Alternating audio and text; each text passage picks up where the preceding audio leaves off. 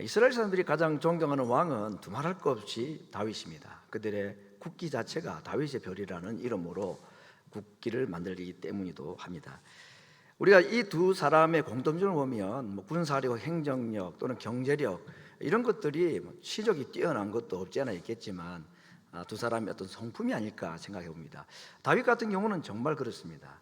자기 원수와 같은 사울을 끝까지 용서한 용서의 사람, 또 골리앗을 물맷돌 하나로 이길 수 있었다는 믿음으로 살았던 믿음의 사람, 이런 것, 인품들, 성품들 이런 것이 이 다윗의 다윗됨이 아닐까. 사람들이 그래서 좋아하고 존경하지 않나 그런 생각을 해봅니다. 우리가 다윗이라는 인물에 대해서 어느 정도 많은 정보를 가지고 있긴 합니다.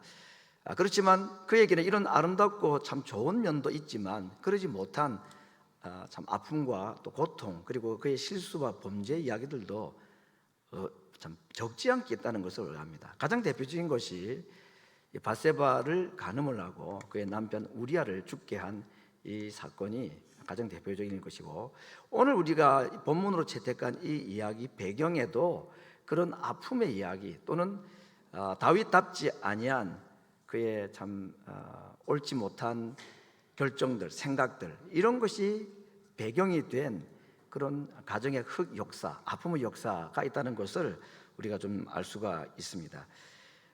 이야기의 내용들은 이 압살롬이라는 아들이 자기를 반역하여 왕권을 찬탈하고 자기를 죽이려 한 이 이야기의 그 내용이 있습니다. 여러분, 이제 참 이 아들에게 쫓겨가는 이 다윗의 고통, 그것은 분노나 고통도 있었겠지만 그 마음속에 아픔과 슬픔이 더 컸을 것이다 하는 생각을 해봅니다. 왜냐하면 그 아들 압살롬의 반역에 일어나는 여러 가지 이야기들 가운데 나중에 좀 살펴보겠습니다만은 자기가 밧세바나 우리아에게 범한 간음과 살인죄가 사실 그대로 재현이 되었기 때문입니다. 오늘 이제 이 다윗 가문에 일어난 이런 가정의 슬픈 이야기들의 그 첫 번째 배경에는 다윗의 아내들이 많았다 하는 것에서 그 원인을 들 수가 있습니다. 제가 한번 성경을 보니까 더 이상 있는지는 모르겠는데 성경 기록상으로는 9명의 아내입니다. 첫 번째 아내가 사울의 딸 미갈, 이 골리앗을 이기고 사실은 사울의 마음에 들어서 얻은 아내이죠. 아비가일, 이 사람은 나발이라는 사람이 아내 되었던 자였습니다. 나발이 죽고 난 뒤에 그의 아내가 되었고, 오늘 보게 될 사람들이 3, 4, 5번, 특별히 5번은 이제 또 아도니아라는 반역자가 나중에 나타나긴 합니다만 3번, 4번 아히노함이라는 아내, 암논의 어머니이고 마아가 압살롬과 다말의 어머니입니다. 이 3번, 4번이 있는 두 아내 이야기가 오늘 이 압살롬의 반역 이야기에 중요한 등장인물들입니다. 그리고 아비아들 에글라 밧세바, 우리의 아내 되었던 사람이죠. 그럼 노년에 이 다윗을 복량하기 위해서 동료라고 되어 있는 아비삭, 동침은 하지 않았다 하고 말하고 있습니다. 이런 많은 아내들을 통해서 많은 자녀가 태어날 수밖에 없었고, 그 중에 오늘 대표적인 두 사람이 암논과 압살롬이라는 이 두 배다른 형제간들의 참 이 살인극, 이것이 오늘 본문의 이야기의 배경이 된 이야기입니다. 이미 우리가 알고 있는 이야기지만 오늘 본문의 이야기를 이해하기 위해서는 이 암논과 압살롬의 관계를 우리가 미리 좀 우리가 미리 알아볼 필요가 있겠습니다. 암논은 이 아히노함이라는 다윗의 아내의 아들이고, 마아가에게서 태어난 아들과 딸이 있는데 압살롬과 다말인데, 이 암논이 다말, 자기 이복 여동생을 좋아했다고 그랬습니다. 그래서 아픈 채 해가지고 과자를 구워오라고 해가지고는 이제 강간을 하는 사건이 벌어집니다. 그리고는 나중에는 버려버리죠. 그러니까 여기에 대한 앙심을 품은 사람이 이 압살롬입니다. 자기 여동생을 욕보이고 이제 버렸으니까 암논을 죽일 치밀한 계획을 세웁니다. 그리고 때가 되어서 이 암논을 살해를 합니다. 암논이 다말을 강간을 했을 때도 아버지 다윗은 한마디 말을 못했습니다. 왜냐하면 이 암논이 첫 아들인데 그 첫 아들 장자에 대한 애정이 너무 커서 잘못을 뻔히 보고도 말을 하지 못했고, 두 번째, 이 압살롬이 암논을 죽이는 이 장면을 보고도 아버지가 한마디 말을 하지 않습니다. 그 이유는 아마 그 두 아이들 사이에 일어난, 이복 형제들과 사이에 일어난 이 간음과 살인의 죄가 자기의 죄를 그대로 재현하는 것 같아서 이 공범자로서 또는 전과자로서 그 잘못에 대해 말할 자격이 없었기 때문이 아닐까, 그런 생각도 봅니다. 압살롬은 머리끝부터 발끝까지 흠이 없을 정도로 아주 그냥 최고의 미남자라고 소개를 했는데, 그런 점에서 또 압살롬에 대한 애정도 그에게 있어서 꾸지람할 때 꾸지람하지 못하고 벌 내릴 때 벌 내리지 못한, 이것이 결국은 두 사람 사이의 살인극과 결국은 압살롬이 자기를 반역하고 자기를 죽이라는 일까지 나아가게 된 이야기입니다. 암논을 죽이고 난 뒤에 압살롬은 스스로 도망을 갑니다. 그의 어머니의 고향인 그술이라는 땅으로 도망을 갑니다. 3년 동안에 아버지가 아들을 찾지를 않습니다. 그런데 3년이 지나니까 이 다윗의 마음에도 그래도 자기 아들이고, 지금 암논은 죽었죠. 둘째 아들은 이름이 중간에 사라져 버립니다.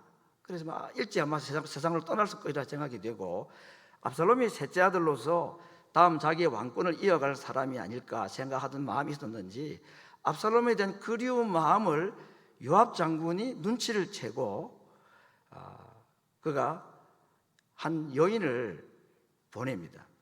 그 여인을 이 소송을 하고 이 재판을 받으러 온 여인처럼 만들어 가장을 해가지고 다윗 왕에게 보내가지고 이 여인이 말을 하기를, 저에게 두 아들이 있었는데 어떻게 하다 보니까 형이 동생을 때려 죽여서 지금 동네 사람들이 살인자를 내놓으라고 말하고 있습니다. 저는 형에게 맞아 죽은 아들 동생과 함께 그를 죽인 또 다른 아들까지도 잃게 되어서 어떻게 하면 좋겠습니까? 하고 자기 억울한 처지를 말을 했더니 다윗 왕이 말합니다. 너의 아들이 절대로 죽지 않도록 내가 보호해 주겠다, 약속을 받아냅니다. 그때 이 여인이 다윗 왕에게 요압이 일러준 말을 가지고 말을 하기를, 그런데 왕이요, 왜 당신은 당신의 아들을 용서하지 않습니까? 압살롬을 두고 말이죠. 왜 압살롬을 데려오지 않습니까? 그러니까 이 다윗이 딱 깨달았습니다. 아, 너가 지금 요압에게 지시를 받았구나. 요압이 그렇게 말하더냐? 예, 그렇습니다. 그래서 3년 만에 이 압살롬을 데려오게 합니다. 그런데 3년 만에 돌아온 이 압살롬을 아버지 다윗은 만나주질 않았대요. 2년 동안에. 얼마나 이 압살롬이 상처가 되었겠습니까? 자기도 하나님 앞에서 잘못한 것이 있고 아버지 앞에서 잘못한 것이 있고 한데 오라고 그랬으면 좀 받아주고 용납을 해주면 될 텐데 그렇게 하지 않으니까, 그래서 요압 장군이 밭에 불을 지르고 막 이런 일들을 통해 가지고 결국 요압의 중재로 다윗과 압살롬이 다시 만나게 됩니다.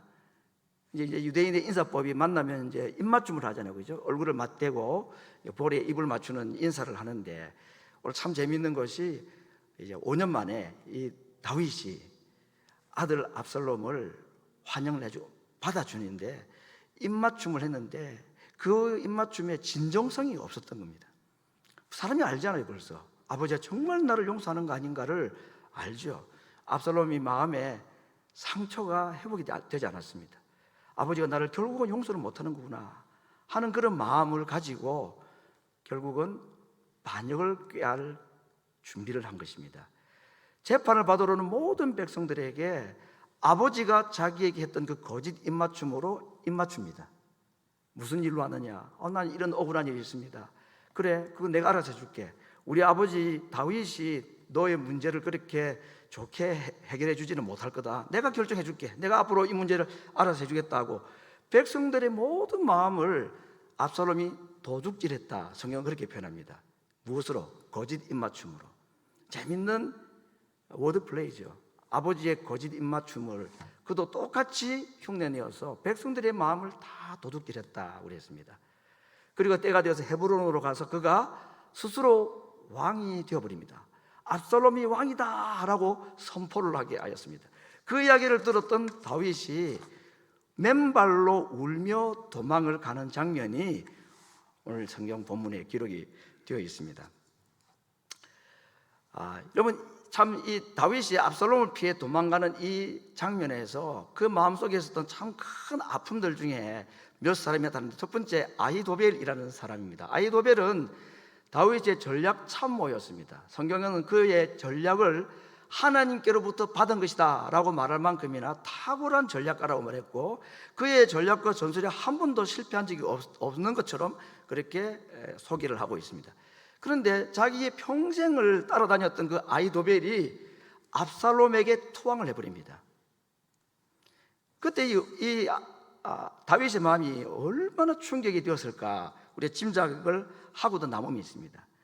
근데 이 아히도벨이 압살롬에게 가가지고 어떤 조언을 하느냐, 다윗이 도망을 가면서 남겨둔 후궁이 10명이 있었는데 그 10명의 후궁들을 지붕에서 백성들 보는 앞에서 동침을 하라고 조언을 줍니다. 그렇게 하라 한 이유는, 그렇게 할 때에 백성들 마음속에 야, 정말 압살롬이 아버지를 정말로 미워하는 모양이다, 아버지의 후궁들을 저렇게 강간을 하는 것을 보여줌으로 말미암아 백성들로 하여금 마음이 이제는 다윗에게서 우리의 마음을 돌리게 되겠구나, 이제는 다윗 시대가 끝났구나, 더 이상 압살롬을 어떻게 할 수가 없다, 그런 목적으로 그런 제안을 했는데 그대로 실행을 합니다. 근데 여러분, 그 장소가 어떤 장소냐, 다윗이 밧세바에 목욕하는 장면을 보았던 바로 그 지붕입니다.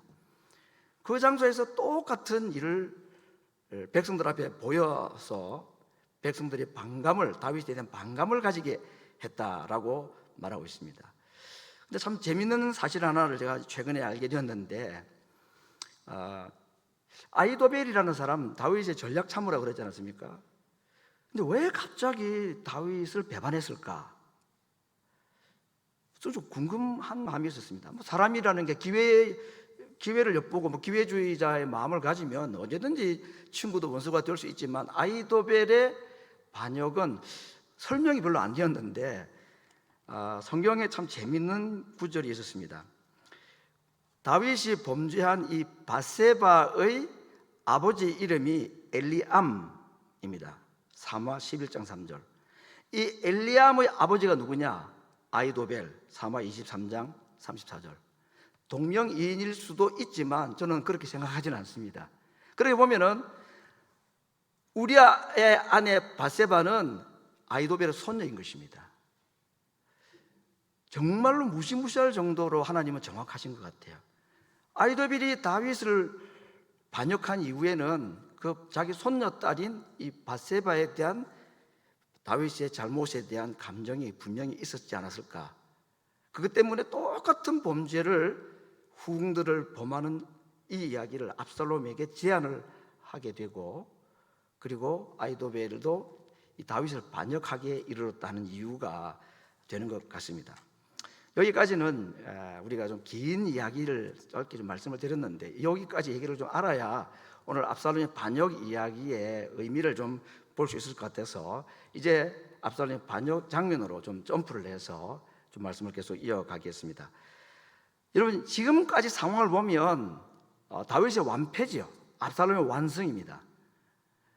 그를 따르는 사람들이 다 반역을 하고 배반하고 홀로 돼서 600명만 겨우 데리고 도망을 가는 이 다윗.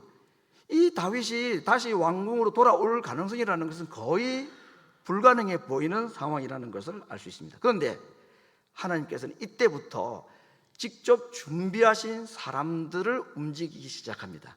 오늘 제가 한 너댓 사람을 소개를 하려고 하는데, 첫 번째는 후세라는 사람입니다. 후세는 또 다른 다윗의 전략 참모였습니다.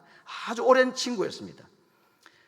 후세가 다윗을 따라 나가서겠다 할 때에 다윗이 후세를 다시 돌려보냅니다. 너는 그냥 압살롬에게 신하처럼 돌아가라, 너가 분명히 할 일이 있을 것이다 하고 돌려보냅니다.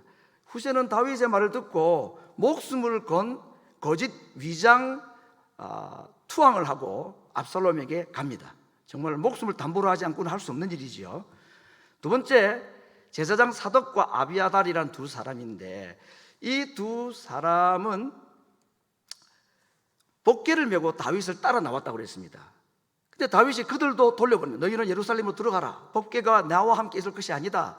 복궤는 하나님의 백성과 함께 있어야 하고, 복궤는 하나님이 계시는 예루살렘에 있어야 된다. 여러분, 다윗이 복궤를 얼마나 사랑했는지 잘 아시죠?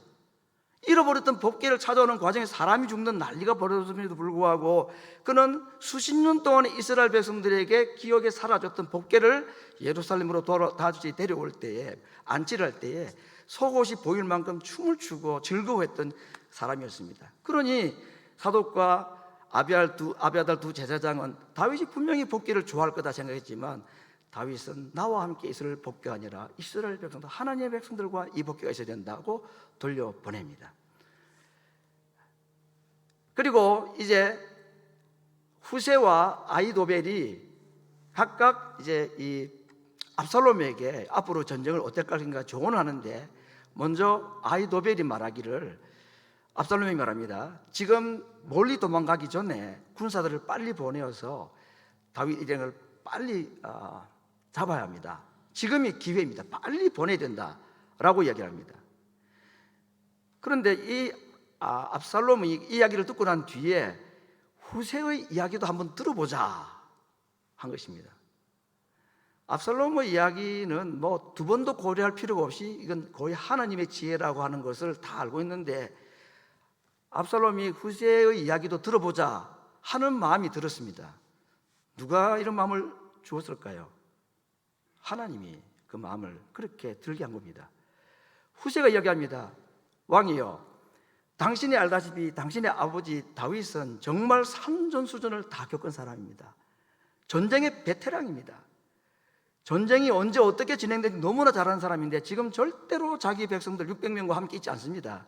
혼자 어디 꼭꼭 숨어 있을 겁니다. 그러니 군사를 지금 보내본들 다윗 왕 잡지 못합니다. 그러니 그렇게 하지 말고 단에서 브엘세바까지, 이스라엘 전용토로 말할 때 쓰는 표현이죠. 모든 군사들을 다 모으라고 그랬습니다. 그리고 왕이 직접 나가서, 압살롬 당신이 직접 나가서 밤에 이슬이 내리는 것과 같이 600명 군대와 그리고 다윗을 일망타진을 해야 합니다. 자, 이에 압살롬이 결정을 해. 누구 말을 들을 것인가? 그런데 놀랍게도 후세의 말을 택합니다. 14절을 보니까 압살롬과 온 이스라엘 사람이 이르되 아렉 사람 후세의 전략이 아히도벨의 계략보다 낫다 하고 결정입니다. 왜 그랬을까요? 이는 여호와께서 압살롬에게 화를 내리려 하사 아히도벨의 좋은 계략을 물리치라고 명령하셨기 때문이다 그랬습니다. 결국 후세의 계략이 채택이 되고, 그리고 군사들을 모으는 동안에 시간을 벌고 다윗이 도망갈 기회를 주고자 한 거짓 전략이었죠. 이제 아비아달과 사독에게 이 후세가 이 사실을 알립니다. 자기는 지금 궁을 떠날 수는 없고 압살롬 옆에서 압살롬이 자기의 계략, 자기의 전술을 채택했다는 사실을 사독과 아비아달, 이들은 왜 지금 예루살렘에 있죠? 법궤를 가지고 다시 들어왔던 사람들입니다. 그 두 사람에게 갑니다. 빨리 다윗 왕에게서 알려라. 사독과 아비아달이 예루살렘 벗어나는 순간 의심을 받을 수 없죠. 이 소식을 누구에게 전하느냐? 사독과 아비아달의 두 아들인 아히마스와 요나단에게 전해야 되는데, 그 연락하는 연락책이 누구냐면 3번에 있는 이름 모를 여종이라고 되어 있습니다.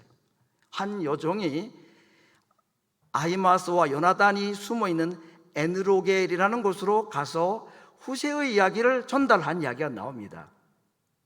그때 이 여종이 신분이 뭔지는 알 수 없는데, 대체적으로 볼 때 아마 제사장 집에서 허드렛 일을 하는 사람들이 많았죠. 주로 이방인 출신들이 그 일을 많이 했습니다.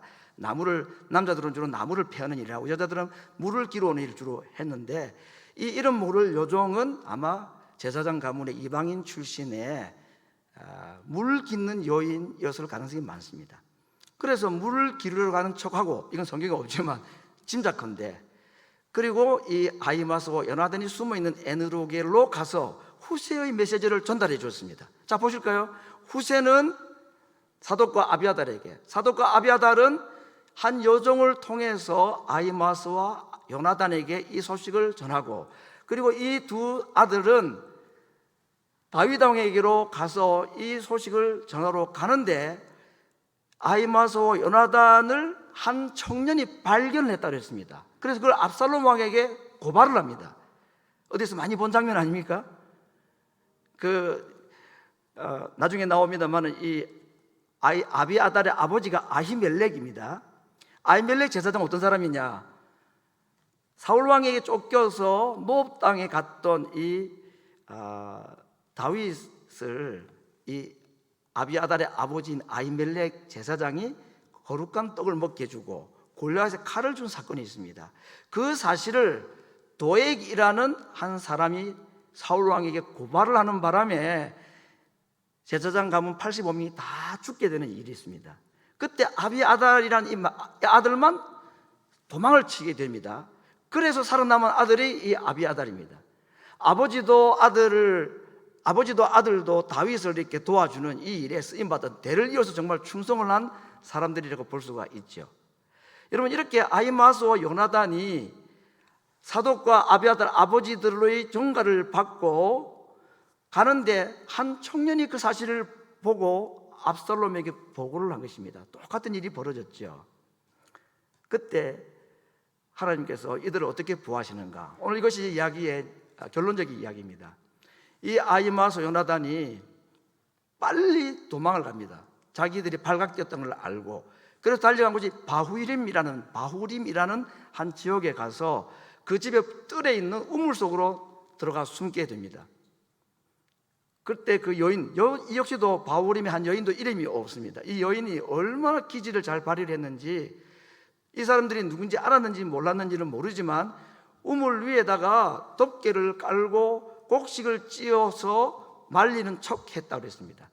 그래서 압살롬의 군대가 왔지만 이 우물 속에 있는 두 사람을 발견하지 못하고 그냥 돌아간 이야기가 오늘 있었던 이야기 전체에 압살롬은 반역과 그 반역의 결과가 다시 회복이 되는, 다윗의 회복에 관한 이야기가 이어지는 이야기를 속에 나오는 한 너댓 명의 하나님께서 준비해 놓으신 사람들, 그들을 통해서 하나님이 일하시는 장면의 이야기를 우리가 함께 보았습니다. 정말 007 작전을 반복케 하는 것이고, 영화로 만들어도 영국으로 만들어도 정말 실감나는 정말 재미있는 장면이 아닐 수가 없습니다. 여러분, 이때에 다윗의 심정을 가장 잘 표현한 것이 시편 3편입니다. 시편 3편은 다윗이 압살롬에게 피하여 도망갈 때 지은 시라고 이름이 붙어 있습니다. 1절과 2절인데 1절에서 그렇게 말합니다. 여호와여, 나의 대적이 어찌 그리 많은지요. 일어나 나를 치는 자가 많습니다. 그렇죠? 아들도 자기를 반역하고, 아히도벨은 이유가 있어 보입니다만 어쨌든 아히도벨도 자기를 반역하고, 일어나 자기를 치는 사람들이 너무 많다 그랬습니다. 그런데 다윗이 정말 고통스러웠던 것은 모든 사람이 자기를 반대하는 반역자가 많기 때문이 아니라 2절 이유 때문입니다. 많은 사람들이 이제는 나에 대해서 말하기를 다윗은 더 이상 하나님께 도움을 얻지 못한다, 다윗도 이제 끝났다, 이 얘기입니다. 아들에게 쫓기고 자기 충신이었던 아히도벨에게 배신을 당하는 이런 일들을 보면서 하나님도 더 이상 다윗을 돕지 아니하신다 하는 이야기를 듣게 된 것입니다. 이 이야기를 직접 들었던 것이 바로 사무엘하 16장에 나오는 사람인데, 사울 왕의 가문 중에 시므이라는 사람이 있었는데, 그 시므이가 도망가는 다윗에게 돌멩이를 던지면서 한 말입니다. 피를 흘린 자여, 사악한 자여, 가거라 가거라. 사울의 족속의 모든 피를 여호와께서 이제 너에게 돌리셨다.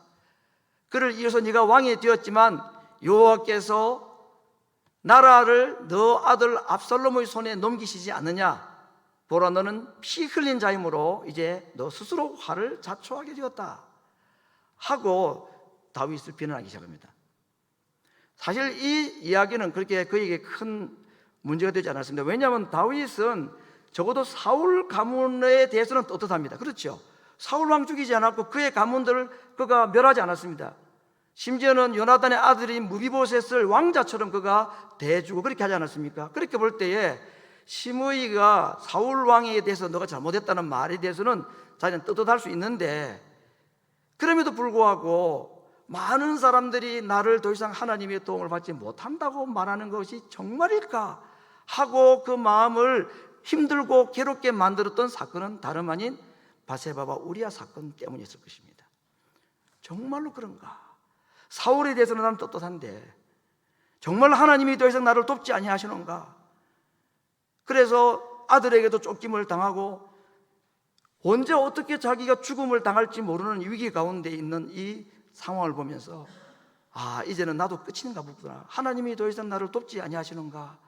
이것이 일어나 대적하는 많은 대적보다도 자기에게 더 크고 어려운 숙제였고 고통이었다는 것을 시편 3편에서 그는 그렇게 고백을 했습니다. 여러분, 혹시 우리가 어떤 어려움을 당하고 그럴 때에 하나님 정말 혹시 내가 그때 그 지은 죄 때문에 나를 이렇게 벌하시는가 하는 두려운 마음들이 든 적이 있었습니까? 그때는 정말 어렵습니다.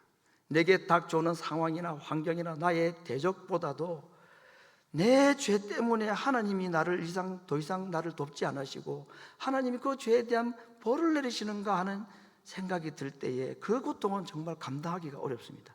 다윗이 지금 그 순간에 봉착해 있습니다.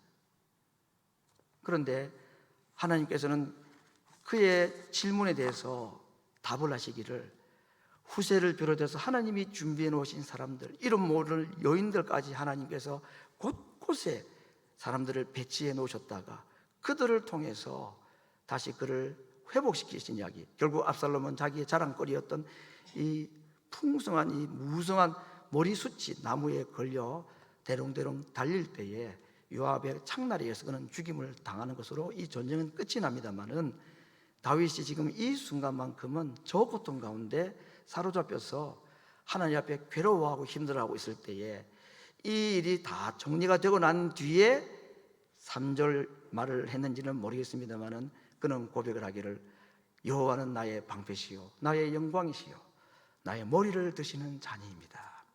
천만인이 나를 둘러치라 해도 나는 두려워하지 아니하리다 라고 고백할 수 있었습니다. 오늘 우리가 다윗의 일대를 보았습니다. 그냥 하나의 이야기를 쭉 말씀을 드렸습니다. 다윗의 삶 가운데서 시편 3번에 있었던 그 2절의 고백, 더 이상 하나님이 나를 돕지 아니하시는가 하는 이 고통이 다윗이 감당할 수 없는 고통이었습니다. 여러분, 모든 사람이 다윗을 배반하는 순간에 더 이상 하나님이 다윗을 돕지 아니한다 하는 이 말, 우리 앞에 있는 스크린으로 한번 돌려보시기 바랍니다. 제가 영어 스펠링을 준비했는데 정말 이 상황은 God is nowhere, 하나님은 어디에도 계시지 않다 하는 말이 들 만큼 다윗의 상황은 너무나 급박합니다. 하나님께서는 뛰어서기를 하십니다. God is nowhere가 아니라 God is now here, 하나님은 지금 여기 계시다 하고 말씀하셨습니다. 요나단과 아히마아스, 우물 속에 들어간 두 사람의 심정을 한번 생각을 해보고 오늘 저는 제목을 우물 속에서 누리는 평안이라는 제목을 정해보았습니다. 정말로 도관에 든 쥐와 같은 두 사람, 여인이 마음을 변심을 하든지 아니면 압살롬의 군대가 우물 뚜껑만 열어 제치기만 해도 그들은 그 자리에서 그대로 죽임을 당할 수밖에 없었던 사람, 그 시간이 얼마인지 모르지만 이 두 사람은 그 우물 속에서 절체절명의 순간에 숨을 죽이고 자기들의 목숨이 오로지 하나님의 손에 달려있다는 믿음으로 정말 주만 바라보았을 것이고, 하나님 처분대로 하십시오, 우리의 생명이 당신의 손에 있습니다, 아니 다윗 왕국의 운명이 당신의 손에 달려 있습니다, 우리를 죽이시든지 살리시든지 하나님이 결정하십시오. 그 순간에 그들의 마음속에 얼마나 두려움과 놀람이 그들의 마음을 지배했겠습니까마는 그들 마음속에는 어쩌면 하나님께 주신 평안이 더 컸을지 모르겠습니다. 왜냐하면 그곳에서 그들은 하나님을 만날 수 있기 때문입니다. 성도 여러분, 우물 속 도관에 든 쥐가 아니고 세상이 우리를 해하지 못하도록, 압살롬의 군대, 사탄기, 이 세상이 우리를 해하지 못하도록 덮어주는 안전한 요새가 되고 산성이 되게 하실 분은 하나님이십니다. 우물 속이 안전해서가 아니라 그곳에서 하나님이 함께 계시기 때문입니다. 요셉이 형들에게 팔려서 구덩이에 빠졌고, 예레미야도 구덩이에 깊이 빠졌고, 다니엘은 사자굴에 던져졌고, 세 친구는 풀무불에 던져졌습니다. 엘리야를 둘러싼 적군들에 의해서 도단성은 완전히 도관에 든 쥐와 같이 엘리사는 그곳에 있었습니다. 그리고 바울도 감옥에 들어갔고 예수님도 무덤 속에 다 들어가셨지만 그러나 그들이 처해 있는 모든 곳, 그것은 그들을 안전하게 보호해주는 하나님의 요새와 같았고 하나님의 피난처와 같은 역할을 하였던 것은 하나님께서 그 우물 속에, 그 무덤 속에, 그 구덩이 속에 함께 계셨기 때문입니다. 성도 여러분, 때로는 우리가 정말 하나님이 더 이상 계시지 않는가? 하나님이 어디 있는가? 내 인생에 하나님 정말 계신가? God is nowhere라는 말이 내 마음을 괴롭게 할 때, 하나님은 요즘으로 말하면 컴퓨터 스페이스키 한 번만 딱 치면 완전히 다른 상황으로 우리를 바꾸십니다. 아니다, 하나님은 바로 지금 여기 있다라고 말씀하시는 것입니다. 혹시 나를 가두어 두는 어두운 우물 속과 같고 감옥 속과 같은 곳, 그곳이랄지라도 그곳에 하나님이 계심을 기억하시기 바랍니다.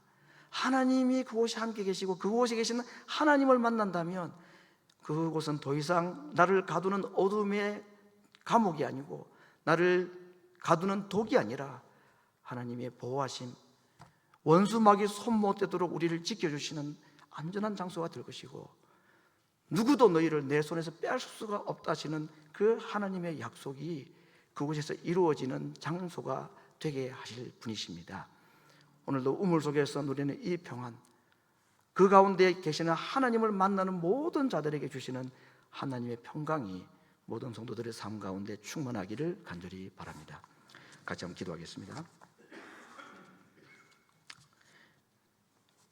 이 시간 나의 삶 가운데 어두운 절망과 같은 무덤 속 같고 감옥과 같고 더 이상 도망할 곳이 없는 갇힌 우물과 같은 속이랄지라도 그곳에 계신 하나님을 만날 수만 있으면 나의 영혼은 괜찮고 우리는 안전함을 믿습니다. 오늘도 내 속에 계신 하나님, 나의 우물 속에 함께 계시는 그 하나님을 만나는 주님의 평강을 누리게 하기 위해서 같이 기도하겠습니다.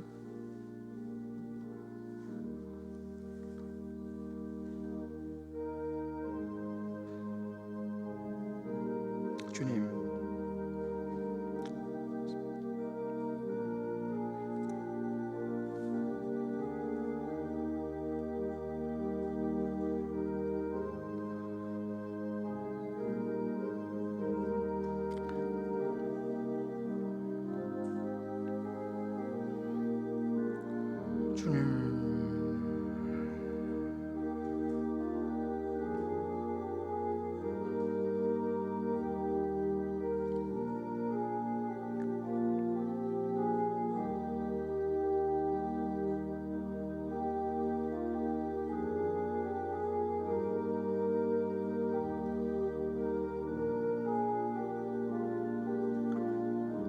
하나님, 더 이상 우리를 돕지 않으시는가 하는 고통이 있을 때에 하나님께서는 준비해 놓으신 사람들을 통하여 일하시고 결국은 다윗을 다시 왕궁으로 돌아오게 하신 이 하나님의 기가 막힌 일하심을 우리가 보았습니다. 그 하나님은 지금도 살아계시고 동일하시며 우리와 함께 하시는 분이심을 저희들이 믿습니다. 우물 속에서 누리는 평안, 감옥에서 누리는 참 평안, 풀무불 속에서 누리는 주님과의 동행함을 오늘도 우리가 믿음으로 바라보게 하시고 믿음으로 고백하게 하셔서 하나님을 믿는 하나님의 백성들을 하나님의 손에서 누구도 빼앗을 수 없는 사실을 믿고 그 주님의 능하신 손 안에서 승리하며 하나님을 찬송하는 주의 백성들이 될 수 있게 하여 주옵소서. 예수님의 이름으로 기도드리옵나이다. 아멘.